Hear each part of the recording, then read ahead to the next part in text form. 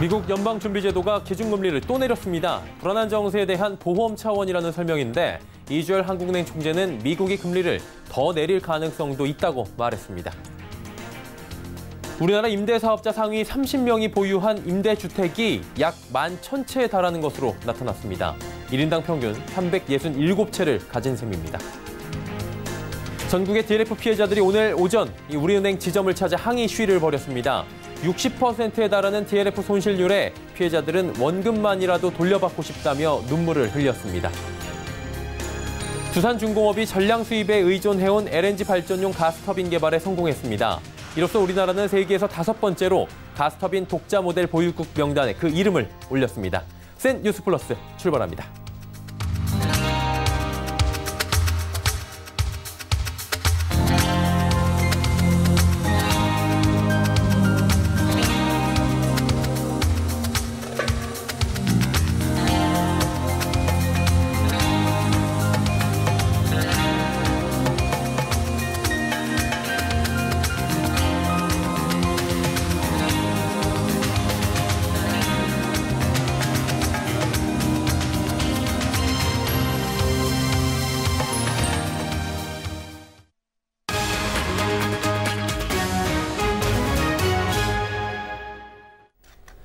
시청자 여러분 안녕하십니까? 센 뉴스 플러스 서정덕입니다. 미국 연방준비제도가 현지 시간으로 18일 이틀간의 연방공개시장위원회 정례회의를 거쳐 기준금리를 1.75%에서 2% 사이로 0.25%포인트 내렸습니다. 지난 7월 말 기준금리를 0.25%포인트 낮춘 데 이어 연속으로 인하 결정을 내린 겁니다. 파월 연준 의장은 경제를 계속 강하게 유지하고 현재 진행 중인 위험에 대한 보험을 제공하기 위해 이번 조치를 취했다고 그 인하 배경을 밝혔습니다. FOMC 위원회 금리 인상 스케줄을 정리한 점도표에 따르면 연말 기준금리 중간값은 1.9%로 전망됐습니다. 인하된 현재 기준금리를 유지하자는 쪽에 힘이 실린다는 의미입니다. 이주열 한국은행 총재는 연준이 이번 금리 인하는 시장에서 충분히 예상했던 바라며 연준이 추가 금리 인하 여지를 닫은 것은 아니라고 생각한다고 판단했습니다. 미국 연방공개시장위원회 FOMC가 기준금리를 1.75%에서 2% 사이로 0.25%포인트 인하했습니다. 이제 올해 남은 FOMC 정례회의는 10월과 12월 단 2차례입니다. 전문가들 상당수는 FOMC가 연내 한 차례 더 금리 인하에 나설 것으로 전망했는데요. 그 시점에 대해서는 의견이 갈렸습니다. 엇갈린 전망 속에 국내 증시는 한동안 혼조세를 이어갈 전망입니다. 이소영 기자입니다. 미국 연방공개시장위원회 FOMC는 시장이 기대한 대로 기준금리 인하를 단행했습니다. 연준의 소식이 전해진 오늘 코스피는 전 거래일 대비 0.46% 상승했고 코스닥은 0.09% 상승한 보합세로 거래를 마감했습니다. 9월 주식시장 이슈 중 가장 이목이 집중됐던 FOMC 정례회의 결과가 나옴에 따라 시장의 눈은 향후 전망으로 집중됐습니다. 증권업계는 하반기 추가적인 미국의 기준금리 인하에 대한 전망을 내놨습니다. 대다수 증권사의 연구원들은 연내 추가금리 인하가 한 차례 정도 더 단행될 것으로 전망했습니다. 다만 그 시점에 대해서는 10월과 12월로 의견이 갈렸습니다. 일부는 연내 추가적인 인하는 없을 것이라고 분석했습니다. 시장의 전망이 엇갈리면서 국내 증시의 혼조세는 한동안 이어질 것으로 보입니다.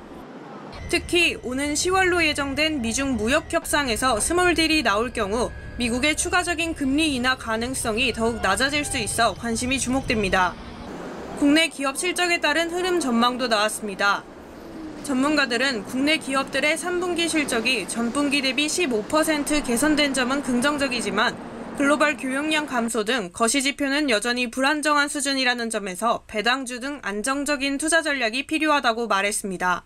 서울경제TV 이소연입니다.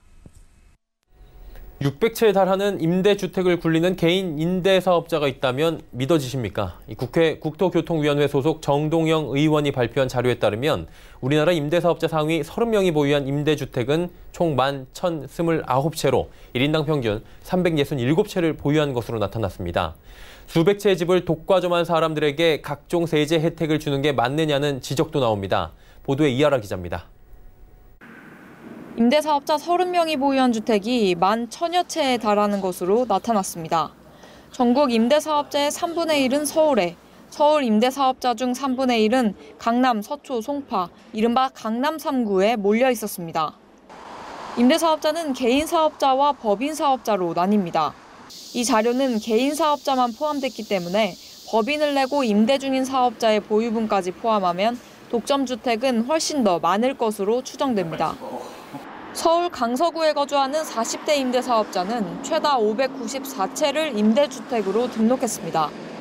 마포구의 40대, 광주광역시 서구의 60대도 500채가 넘는 임대주택을 소유했고 이들 3명을 포함해 전국에서 18명이 각 300채 이상의 임대주택을 운영하고 있습니다. 임대사업자 임대 등록을 하도록 해서 이제 탈세를 막고 투명성을 올리는 것은 맞아요. 맞는데 그걸 악용해서 막 그 전세 보증금을 가지고 300채, 400채, 500채, 600채 젊은 사회 초년생들을 대상으로 해서 이렇게 임대 사기를 한 거나 마찬가지입니다. 6월 말 기준 전국에 등록된 임대사업자는 모두 44만 명. 임대주택은 143만 채로 집계됐습니다. 2015년 말 13만 8천 명, 59만 채와 비교하면 3년 반 만에 임대사업자는 약 3배, 임대주택은 2배 넘게 불어났습니다. 정 의원은 이처럼 일부가 수백 채를 사재기한 임대주택을 LH가 매입해 신혼부부 등 청년층에 공급하는 법안 발의를 준비하겠다고 밝혔습니다.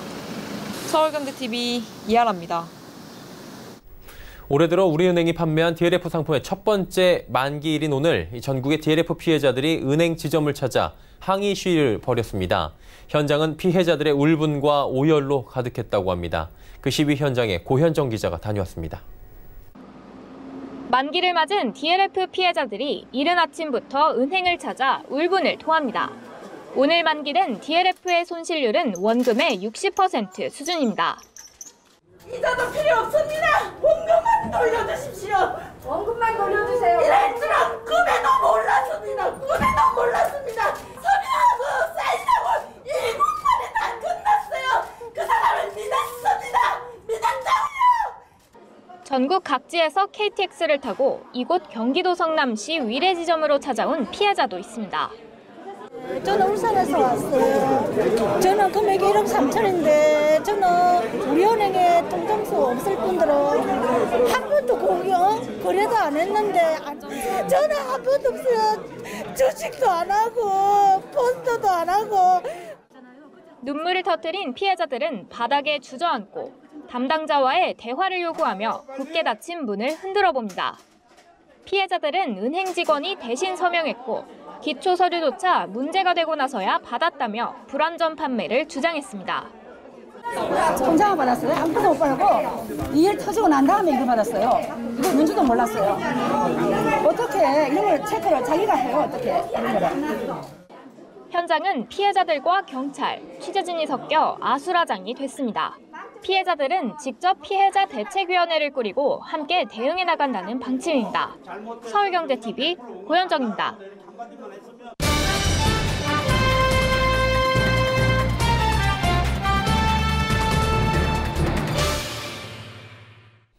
수천억 원의 불완전 판매 의혹을 받고 있는 해외 금리 연계 파생 상품, 즉 DLF 만기가 오늘 첫 도래했습니다.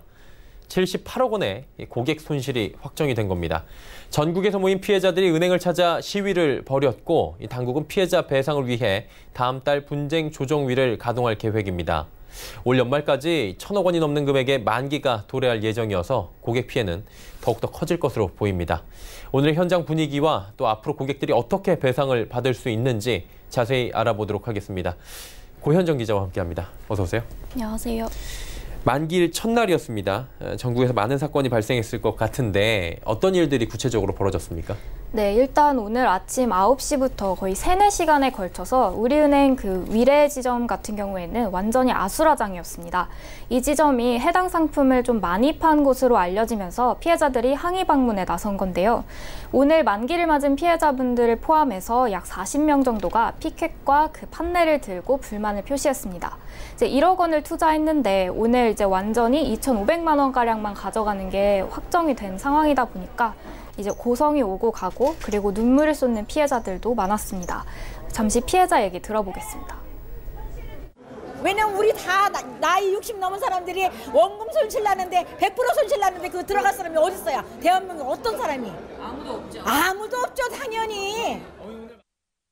이분들 이외에도 금융정의연대 같은 경우에는 침해 판정을 받은 노인을 대상으로 이 1등급 투자 상품을 팔았던 그 우리은행에 대해서 그 진단서와 진정서를 가지고 오늘 금감원 앞에서 시위를 벌이기도 했습니다.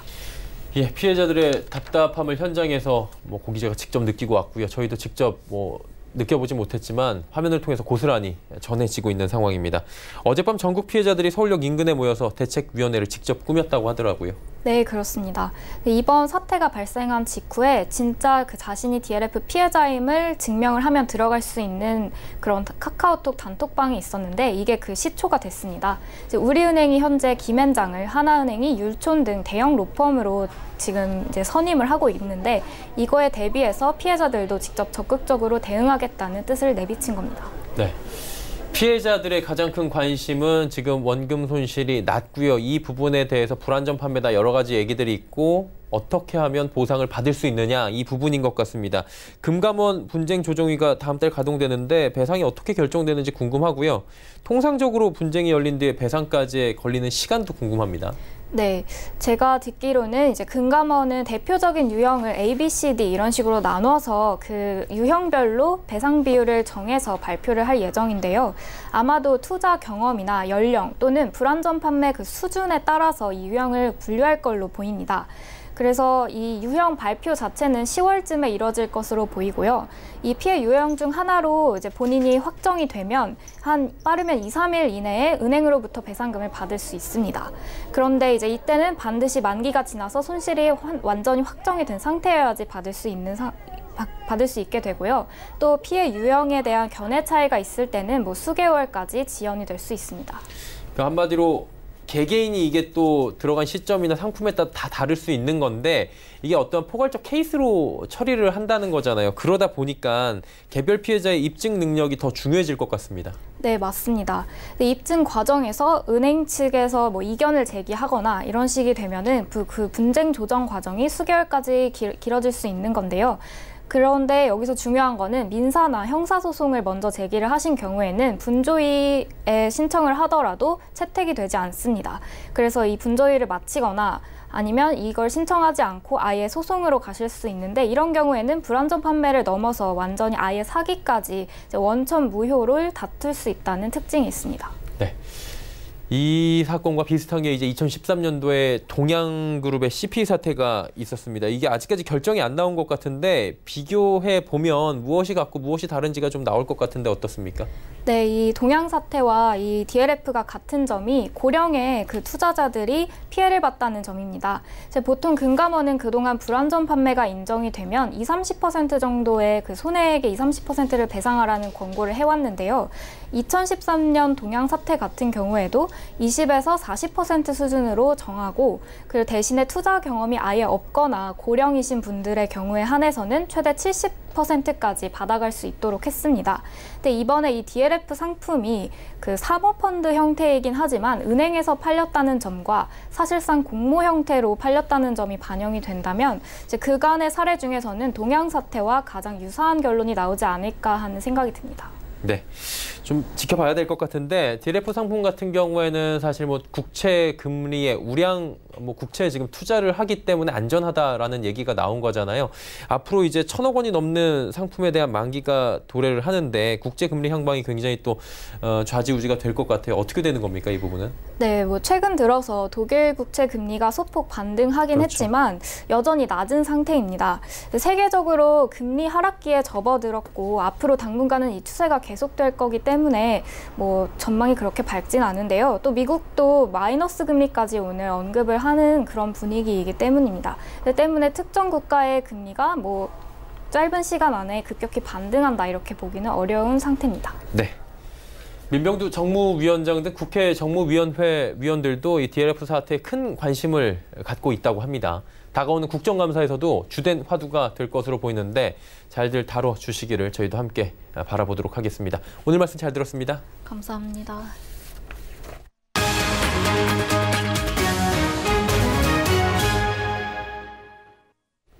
탈원전 정책으로 몸을 움츠렸던 두산중공업이 신성장 동력을 제시했습니다. 이 전량 수입에 의존해온 LNG 발전용 가스터빈 개발에 성공한 겁니다.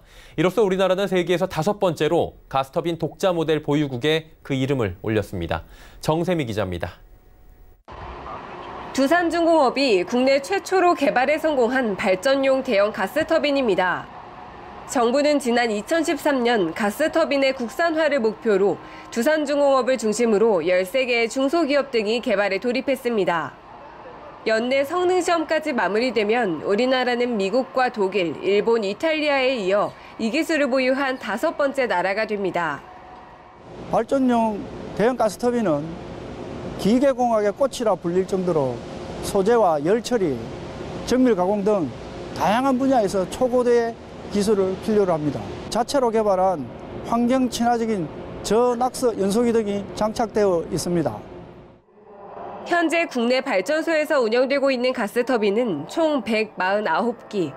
이는 전량 해외에서 수입한 제품으로 가스터빈 구매 비용만 약 8조 1천억 원에 유지 보수 등을 포함하면 총 12조 3천억 원에 달합니다. 새로 건설될 발전소에 이번 국산 터빈이 도입되면 10조 원의 수입 대체 효과가 발생할 전망입니다. 두산중공업은 가스터빈 사업을 새로운 성장 동력으로 선정해 2026년까지 연매출 3조 원을 달성한다는 전략입니다. 저희가 향후 2026년도를 기점으로 해서는 연매출이 약 3조 원, 그리고 연간 3만 명 이상의 고용 유발 효과를 창출하는 저희 중공업의 핵심 산업으로 육성이 가능할 것으로 예상을 하고 있습니다. 서울경제TV 정세미입니다. 글로벌 메모리 반도체 시장에서 삼성전자의 독주 체제가 다시금 공고해질 것이란 전망이 나왔습니다. IHS 마켓은 최근 보고서를 통해 삼성전자가 올 3분기 글로벌 D램 시장에서 점유율 47%를 기록할 것으로 예측했습니다. 앞서 삼성전자는 지난해 4분기 점유율이 18분기 만에 40%를 밑돌며 2위인 SK하이닉스에 바짝 쫓기는 듯 했습니다. 하지만 삼성전자의 D램 시장 점유율은 올해 1분기 41%로 올라섰고 2분기엔 43%를 기록했습니다.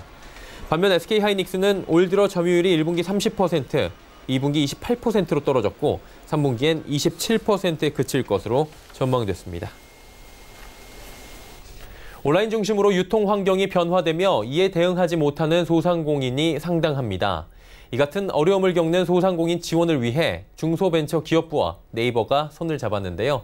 촬영 지원, 홍보, 기획 마케팅 등 소상공인이 온라인 시장에서 경쟁력을 갖출 수 있도록 돕는 공간인 파트너 스퀘어 서울 종로점을 열었다고 합니다.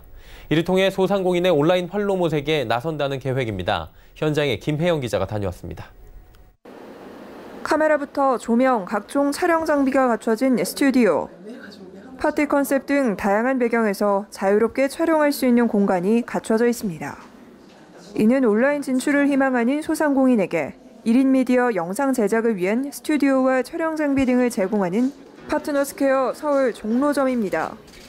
단순한 촬영 지원뿐 아니라 제품 홍보와 온라인 창업 교육 등 급변하는 유통환경 속 소상공인의 경쟁력과 자생력을 키울 수 있도록 중기부와 네이버가 협업해 만든 공간입니다.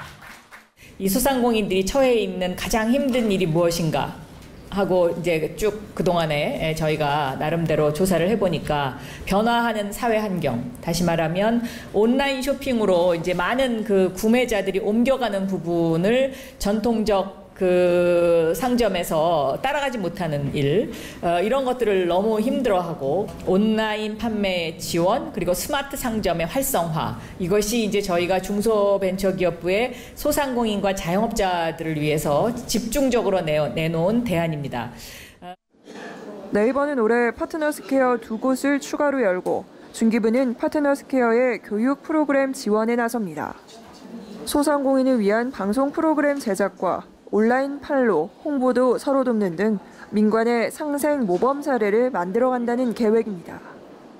여러 소상공인들의 디지털 전환 능력이라는 것이 좋아지면 이게 전체적으로 사업의 구조도 되게 좋아지겠다라는 생각을 하게 됐습니다. 오프라인에 이런 거점들을 만들어가기 시작했고 여기서 만들어진 각종 교육 프로그램을 통해서 그리고 온라인에서 네이버와 함께 사업을 잘해가시는 분들이 많아질수록 네이버도 튼튼해지는 거기 때문에 이를 통해 소상공인 자생력 대책의 핵심인 온라인 진출과 스마트 상점 활성화도 속도감 있게 추진될 것으로 기대됩니다. 서울경제TV 김혜영입니다. 한국토지주택공사가 창립 10주년을 맞아 진주본사에서 기념식을 열었습니다. LH는 지난 2009년 10월 주택공사와 토지공사를 하나로 합친 뒤 63만 가구의 임대주택을 건설해 서민 주거 안정에 나서고 있습니다. 한때 106조 원까지 늘었던 부채 이자는 69조 원까지 줄었습니다. 앞으로 LH는 이익 공유형 주택 등 새로운 사업 모델 개발에 박차를 가하고 스마트시티와 스마트홈 등 미래 주택과 도시 모델을 만들어 나가겠다는 포부입니다. 정창신 기자입니다. 지난 2009년 주택공사와 토지공사가 통합된 지 10년. 통합 LH가 가장 손에 꼽는 성과는 부채 절감입니다. 10년 전 하루 이자만 100억 원 넘게 내는 부채 공룡이란 오명을 쓰기도 했지만 2013년 최고 106조 원까지 늘었던 이자 부담은 지난해 말 69조 원 수준으로 줄었습니다. LH는 앞으로 10년 이익 공유형 주택 등 새 사업 모델 발굴에 속도를 낼 계획입니다. 이익 공유형 주택은 시세보다 저렴하게 분양한 뒤 집을 내다 팔 때 시세 차익을 집주인과 LH가 절반씩 나누는 식입니다. 앞으로 이러한 국민들의 신뢰와 기반에 만족하지 않고 새로운 사업 모델, 그리고 새로운 인식에 기반해서 국민들이 감동할 수 있는 공기업이 되도록 열심히 노력하겠습니다. 이를 위해 LH는 지자체와 함께 지역분권형 생애복지 서비스를 구축하고 주거복지 사각지대 해소에 나서겠다는 포부입니다. 여기에 도시재생 모델을 개발해 확산하고 주변 도시와 상생하는 3기 신도시 조성에도 집중할 계획입니다. 스마트시티와 스마트홈, 모듈러 주택 등 미래주택, 도시 모델을 만들어간다는 구상도 세웠습니다. LH는 주거복지와 도시조성, 주택건설 등 주요 사업 부문별 비전과 10년 후 미래상을 설정하고 컨퍼런스와 연구과제 등을 통해 구체적인 실천 방안을 모색해 나갈 계획입니다. 서울경제TV 정창신입니다. 토요타의 고급차 브랜드 렉서스가 브레이크 안전 문제로 또 캠리가 에어백 문제로 리콜되는 등 총 37개 차종 약 9천여 대에 대해 리콜 처분이 내려졌습니다. 한국 토요타와 혼다, 기아차는 제작 차량이 안전기준 부적합 판정을 받아 총 44억 원의 과징금을 물게 됐습니다. 국토교통부에 따르면 한국 토요타 자동차가 수입 판매한 렉서스 ES300H 등 8개 차종에서 브레이크 관련 결함이 발견됐습니다. 토요타 캠리 등 2개 차종은 에어백이 터져야 할 상황에서 조수석 에어백이 터지지 않을 가능성이 있어 승객 안전 우려가 제기됐습니다. 이 밖에 토요타 프리우스 C와 닛산 큐브 등이 리콜 대상이 포함됐고 해당 제작사는 소유자에게 우편이나 문자 메시지로 시정 방법 등을 알려야 합니다.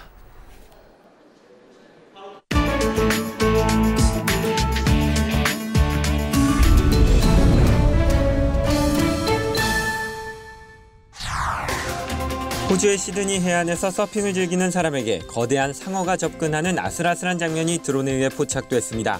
온통 초록빛인 바닷속에서 검은색 생명체 하나가 하얀색 서프보드에 올라탄 사람에게 접근합니다.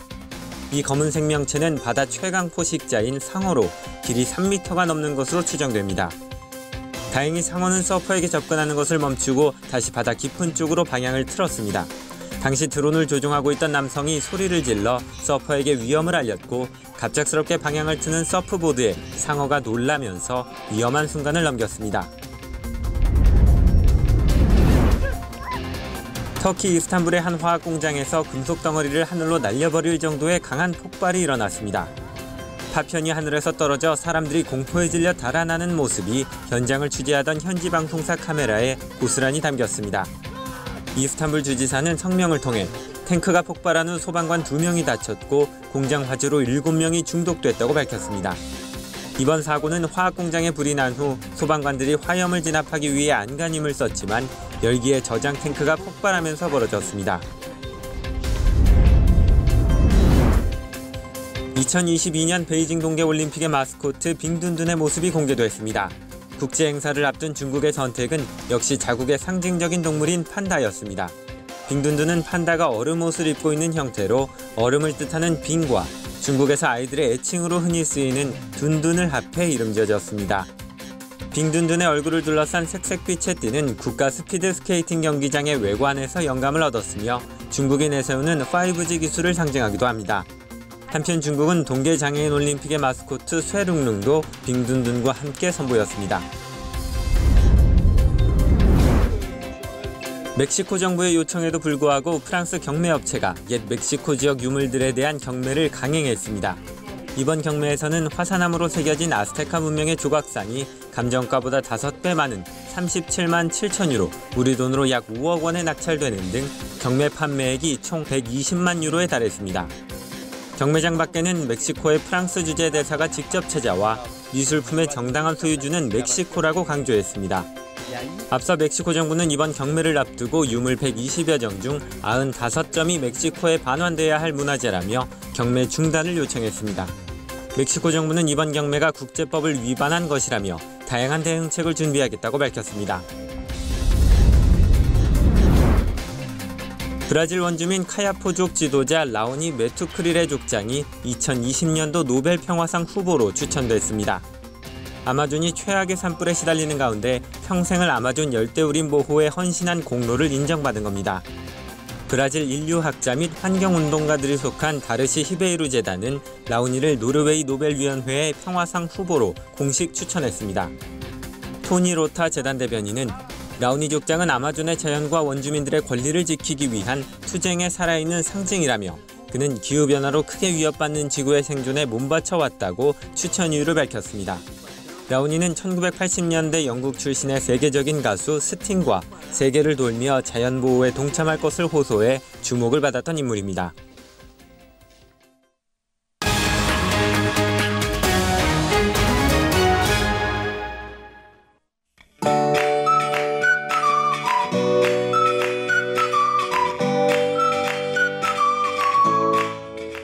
안녕하세요. K웨더 라이프스타일 예보 오주호입니다. 이 시각 위성 영상을 보시면 별다른 비 소식 없이 전국 하늘은 아주 맑은 모습을 보이고 있습니다. 밤사이에 북쪽에서 찬 공기가 내려오면서 요즘 아침 저녁으로 급격하게 쌀쌀해졌습니다. 오늘 서울의 아침 기온은 13.6도로 이번 달 최저 기온을 기록하면서 이제는 슬슬 두꺼운 이불을 준비하셔야겠는데요. 내일 서울의 낮 기온은 25도, 전주는 26도까지 오르면서 이제 낮에 크게 덥지는 않겠지만 서울의 일교차는 9도, 전주는 11도로 앞으로 일교차는 점점 더 크게 벌어지겠습니다. 이맘때쯤이면 감기에 걸리기 쉽기 때문에 외출하실 때 여분의 카디건을 챙기시는 등 항상 체온 조절에 유의하시기 바랍니다. 내일 우리나라는 동해상에 위치한 고기압의 영향을 받겠는데요. 중부지방은 대체로 맑겠고 남부지방은 점차 구름이 많이 끼겠지만 특히 제주도에는 최대 200mm까지 많은 비가 내리겠습니다. 다음은 자세한 지역별 날씨입니다. 내일도 중부지방은 오늘과 비슷하게 선선하겠습니다. 대부분 지역의 낮 기온은 25도를 밑돌며 큰 더위는 없겠습니다. 동해안도 별다른 비 소식 없이 맑겠고요. 낮 동안에도 많이 덥지는 않겠습니다. 남부지방의 경우 저녁쯤에 제주도에 비가 내릴 것으로 보여 우산을 챙기셔야겠고요. 그 밖의 지역은 대체로 맑겠습니다. 내일은 남해상으로 특히 주의를 기울이셔야겠습니다. 서해와 동해상으로는 별다른 특이점이 없지만 특히 남해상으로 비 소식과 함께 바다의 물결은 최고 5m까지 매우 높게 일겠습니다. 이들 지역으로 출항하는 선박은 계속해서 최신 기상 정보를 참고하시기 바랍니다. 내일 역시 오늘과 비슷한 맑은 날씨가 예상되지만 일본 오키나와 남쪽 먼바다에서 열대 저압부가 북상하고 있습니다. 점차 제17호 태풍으로 발달하면서 주말에는 우리나라에 영향을 미칠 가능성이 높은 만큼 계속해서 기상 정보를 잘 참고하시기 바랍니다. 날씨였습니다. 일본의 주요 신문들이 지난달 일본을 방문한 한국인 여행객 수가 반토막 났다라는 일본 정부 발표를 일면으로 비중 있게 다뤘다고 합니다. 설마 했던 관광업계 피해가 수치로 정확하게 드러나니 이제서야 바짝 긴장하는 모습인데요. 자, 이럴 때 쓰는 말이 있습니다. 있을 때 잘하지 라는 말이죠. 뉴스 마칩니다. 고맙습니다.